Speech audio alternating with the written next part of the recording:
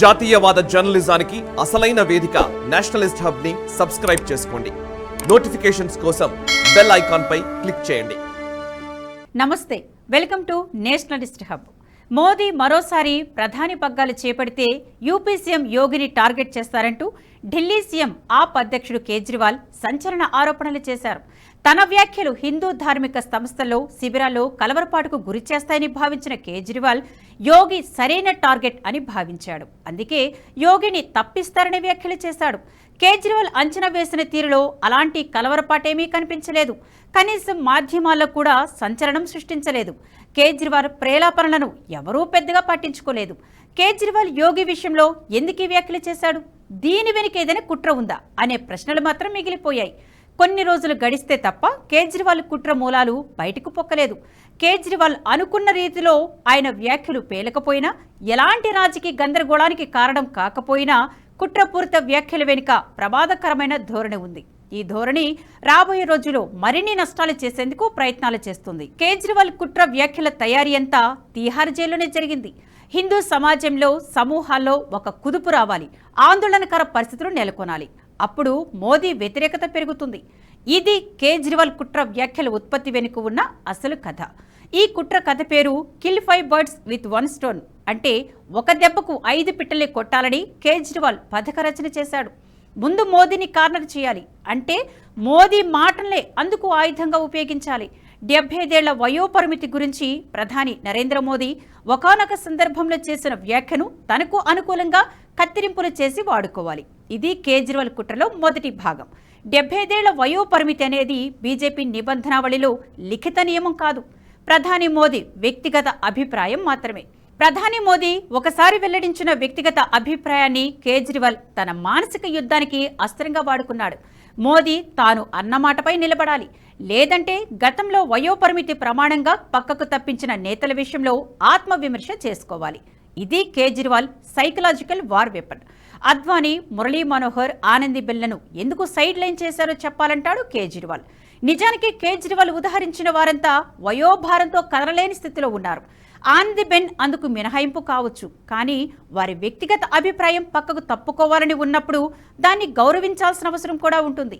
ఈ ఆయుధం అంతగా పేలే అవకాశం లేదని ముందే గుర్తించిన కేజ్రీవాల్ ప్లాన్ బిలో భాగంగా మరో అస్త్రాన్ని సిద్ధం చేసుకున్నారు. మధ్యప్రదేశ్లో శివరాజ్ సింగ్ చౌహాన్, ఛత్తీస్గఢ్లో రమణ్ సింగ్, రాజస్థాన్లో వసుంధర రాజేలను పక్కకు తప్పించిన ఉదాహరణలను తన విమర్శల సమర్థనకు వాడుకున్నాడు. రాష్ట్రాల ముఖ్యమంత్రులను మార్చే విషయంలో అనేక పరిమితులు, షరతులు, గత అనుభవాలు వీటన్నిటినీ పరిగణలోకి తీసుకున్న తర్వాత ఎంపిక ఉంటుంది.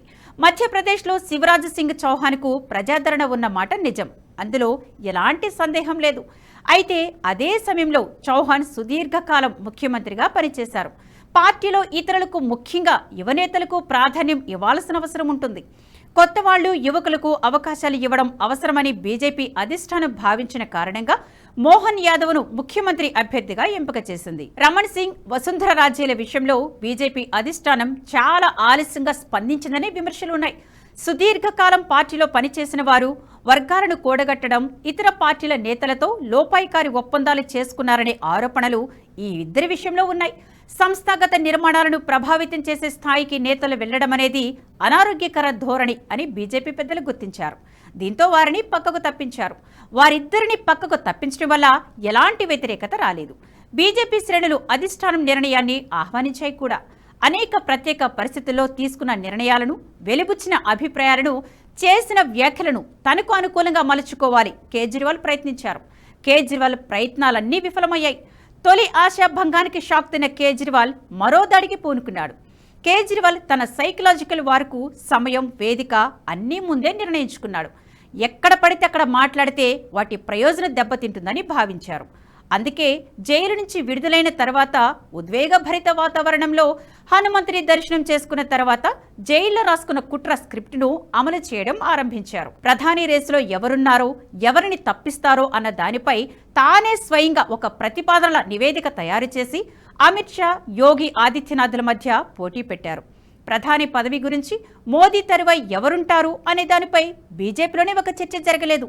అలాంటప్పుడు ఆశావహులెవరో, వారిని ప్రతిపాదించేవారెవరో, వ్యతిరేకించేవారెవరో అనేది కూడా తెలియదు. ప్రధాని రేసులో అమిత్ షా, యోగిలు ఇద్దరూ ఉంటారు కాబట్టి మోదీకి అమిత్ షా విధేయుడు కాబట్టి ఆయనకే అప్పగిస్తారని, మరో పోటీదారుగా ఉన్న యోగి తప్పిస్తారనే ఊహాజనిత కథనాన్ని కేజ్రీవాల్ వండివార్చారు. ఈ ఇద్దరికి మధ్య పోటీ పెట్టడం వెనుక చాలా అల్పమైన ఆలోచన ఉంది. మోదీ, అమిత్ షాలు ఇద్దరు గుజరాతీలు. గుజరాత్కు చెందిన మోదీ ప్రధాని పదవి నుంచి తప్పుకుంటే అదే రాష్ట్రానికి చెందిన తన అనుయాయి అమిత్ షాకు మార్గం సుగమం చేస్తారే తప్ప హిందీ రాష్ట్రాల వారికి ఇవ్వరనే కుత్సితం కూడా ఇందులో ఉంది. దేశంపై గుజరాతీల గుత్తాధిపత్యం అనే భ్రమాజనిత భావనను సృష్టించే ప్రయత్నం ఈ కుట్రకు ముడిసరుకు. ఇక మరో కుట్ర ఏంటంటే మొత్తం బీజేపీ సంస్థాగత నిర్మాణాలపై అమిత్ షాకు పూర్తి పట్టు ఉంది కాబట్టి అమిత్ షాయే ప్రధాని అవుతారనే ప్రచారం. అమిత్ షాకు బీజేపీ సంస్థాగత నిర్మాణాలపై పట్టు ఉన్న మాట పరమసత్యం. అమిత్ షా బీజేపీ అధ్యక్షుడిగా ఉన్న కాలంలోని పూర్తిస్థాయి ప్రక్షాళన చేసి నిర్మాణాలను పగడ్బందీగా మార్చారు. ఒకవేళ అమిత్ షా ప్రధాని కావాలనుకుంటే 2019 సార్వత్రిక ఎన్నికల తర్వాత అయ్యేవారేమో తెలియదు.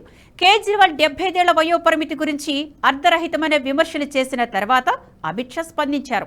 ఎన్డీఏ అధికారంలోకి వస్తే రాబోయే 5 ఏళ్లు మోదీయే ప్రధానిగా ఉంటారని స్పష్టం చేశారు. వయోపరిమితి అనేది లిఖితాంశం కాదని కూడా తేల్చి చెప్పారు. అలాంటప్పుడు అమిత్ షా ప్రధాని అవుతారనే ఊహాగానంలో వీసమెత్తు నిజం లేదని ప్రస్తుత పరిణామాలను నిశితంగా గమనిస్తే చెప్పొచ్చు. ఆర్ఎస్ఎస్ కు బీజేపీకి మధ్య గ్యాప్ పెరుగుతోందని అనుమానాలు రేకెత్తించడం కూడా కేజ్రీవాల్ ప్రధాన ఉద్దేశం. యోగి ఆదిత్యనాథ్కు నిస్వార్థపరుడిగా, నిరాడంబరుడిగా పేరుంది. నిక్కచ్చిగా, నిర్మోహమాటంగా నిర్ణయాలు తీసుకోవడంలో ముందుంటారనే జనాభిప్రాయం ఉంది. హిందుత్వ భావనకు ఎక్కడ అపకారం జరిగినా వెంటనే స్పందించే తత్వం ఉంది. అలాంటి యోగిని పక్కకు తప్పించడం అనే ప్రచారం చాలా కీడు చేస్తుంది. ప్రజల్లో ఒక ప్రతికూల భావనను నూరిపోస్తుంది. ప్రజల విశ్వాసాలకు, గౌరవ అభిమానాలకు సంబంధించిన అంశాలను లేవదీసి అకారణంగా అవమానిస్తే అందుకు ప్రతిక్రియలు తీవ్రంగా ఉంటాయి. కేజ్రీవాల్ అందుకే తన దాడికి ఈ తరహాబద్ధాన్ని సృష్టించి గందరగోళం సృష్టించేందుకు ప్రయత్నం చేశాడు. ప్రధానిని మార్చే ప్రసక్తే లేనప్పుడు రేసులో ఉండేవారి గురించి, అందులో తప్పించేవారి గురించి చర్చ ఎక్కడ ఉంటుందని ఇంగితం ఉంటే కేజ్రీవాల్ ప్రచారం ఎంత అబద్ధమో, అసంబద్ధమో తెలుస్తుంది. హిందుత్వ ఎకోసిస్టమ్ను కదిల్చి దాని ప్రతిఫలాలు తాను పొందాలని కేజ్రీవాల్ భావించాడు. అది అనుకున్న స్థాయిలో ఫలించలేదు. దేశ ప్రధానిగా మోదీయే ఉండడం ఎంత అవసరమో యూపీ సీఎంగా యోగి ఉండడం అంతే అవసరం. ప్రస్తుత పరిస్థితుల్లో యోగి యూపీ బాధ్యతల నుంచి తప్పుకుంటే దేశంలోని అతిపెద్ద రాష్ట్రంలో అరాచక శక్తులు జడలు విప్పుతాయి. క్రైమ్ రేట్ అధికంగా ఉన్న రాష్ట్రంలో, ఇప్పుడిప్పుడే పారిశ్రామిక ప్రగతి వైపు అడుగులు వేస్తున్న దేశంలోని అతిపెద్ద రాష్ట్రంలో నాయకత్వ బాధ్యతలు మార్చడం ఏమంత క్షేమకరం కాదని బీజేపీ అధిష్టానం భావించడం వల్లనే యోగిని కొనసాగిస్తోంది. మరోవైపు అమిత్ షా హోంమంత్రిగా ఉండడం కూడా అంతే అవసరం. తనను జైలు పాలు చేశారనే అక్కసుతో కేజ్రీవాల్ పిచ్చికుట్రలు తయారు చేసి వదులుతున్నారు. అవి ఆశించిన స్థాయిలో పేరడం లేదు. రాబోయే మరో కొత్త కథతో కేజ్రీవాల్ రంగస్థలంపై కనిపించినా ఆశ్చర్యం లేదు. ఈ వీడియో మీకు నచ్చినట్టయితే లైక్ చేయండి, 10 మందికి షేర్ చేయండి. అలాగే కామెంట్ల రూపంలో మీ అభిప్రాయాలను మాతో పంచుకోండి. Nationalist hub group of channels ను సబ్స్క్రైబ్ చేసుకుని తెలుగునాట జాతీయవాద జర్నలిజాన్ని ప్రోత్సహించండి. ఈ వీడియో కింద ఉన్న బెల్ ఐకాన్ పై క్లిక్ చేయడం మర్చిపోవద్దు.